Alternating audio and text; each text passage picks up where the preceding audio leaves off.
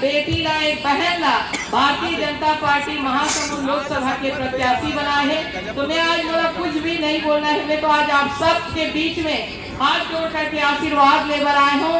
आप सब के बीच में याचक बन के आए हूँ, आप सब ले याचना करत हूँ कि ये जो चुनाव है कोई सीसी रोड और पुल पुलिया और रंग मंच बनाए तक के चुनाव नहीं है, बल्कि ये चुनाव है हमारे देश के यशस्वी प्रधानमंत्री मोदी जी ला तीसरा बार प्रधानमंत्री बनाए के चुनाव है।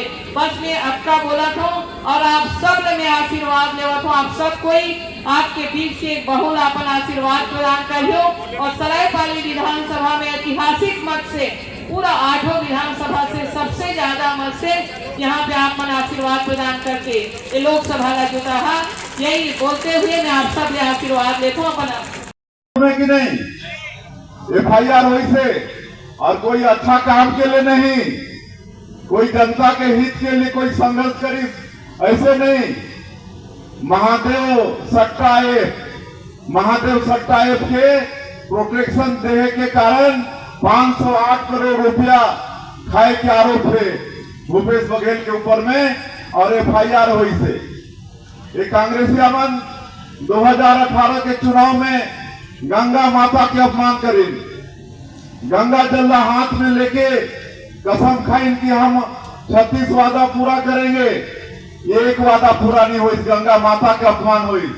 सरायपाली विधानसभा क्षेत्र का चुनावी सभा था जिसमें भारी संख्या में विधानसभा से कार्यकर्ता भी आए और मतदाता भी आए और सब में भारी उत्साह देखने को मिला है। और निश्चित रूप से इस बार महासमुंद लोकसभा सीट बहुत अच्छे मतों से जीते। सर लगातार कांग्रेसी जो है प्रवेश कर रहे हैं, इस बारे में आप थोड़ा बताएं। अब देखिए, एक तो 5 साल कांग्रेस पार्टी ने छत्तीसगढ़ की जनता के साथ शुरू किया, धोखा देने का काम किया।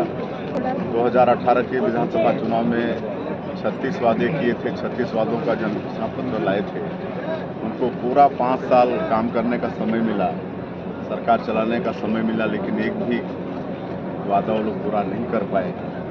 इसलिए उनको 2023 के विधानसभा चुनाव में सरकार से हाथ धोना पड़ा। और अभी लोकसभा के चुनाव में भी इनको कोई प्रत्याशी नहीं मिल रहे थे। अब क्या क्या इनके प्रत्याशी बोले आप सबको मालूम है। बस्तर का प्रत्याशी तो इतना तक बोला कि हम अपने बेटे के लिए दुल्हन मांगने गए थे, हमको खुद दूल्हा बना दिए। तो आज ये हाल कांग्रेस का है और इनको अपनी हार स्पष्ट नजर आ रही है।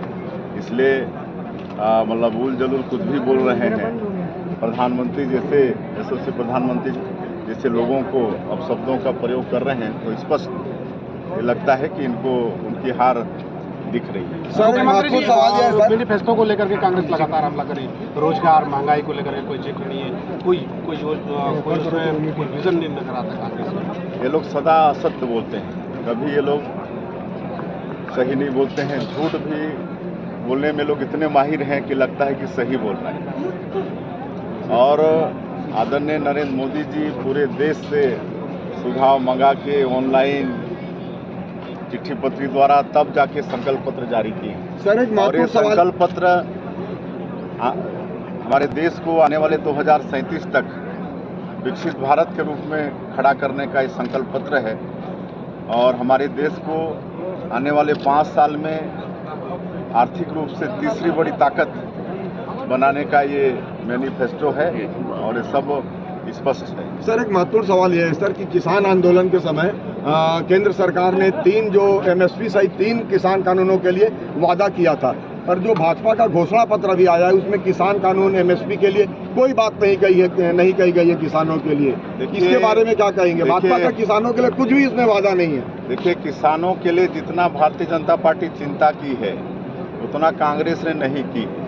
आपको मालूम होना चाहिए, जब अटल बिहारी वाजपेयी जी प्रधानमंत्री थे तो उन्होंने किसान क्रेडिट कार्ड लाया, किसानों को कम ब्याज में पूंजी मुहैया कराने के लिए किसान क्रेडिट कार्ड योजना। नरेंद्र मोदी जी किसानों का आय दुगुना हो इसके लिए प्रधानमंत्री सिंचाई योजना से लेकर किसान चैनल ये सब सारा शुरू किए। 3 महत्वपूर्ण बिल ला रहे थे लेकिन किसान समझ नहीं पाए, नहीं तो उसमें भी किसानों का भला ही था। और आप एमएसपी की बात कर रहे हैं। आप 2014 में धान का एमएसपी कितना था आपको मालूम है? 1740 रुपया था। और आज कितना है मालूम है आपको? 2182 रुपया है। इतना किसने बढ़ाया है एमएसपी? ये 10 वर्षों में 1740 से 2182 रुपया। 3 कानून के लिए किसान आंदोलन मोदी जी ने एमएसपी बढ़ाया, हर साल एमएसपी बढ़ा रहे हैं।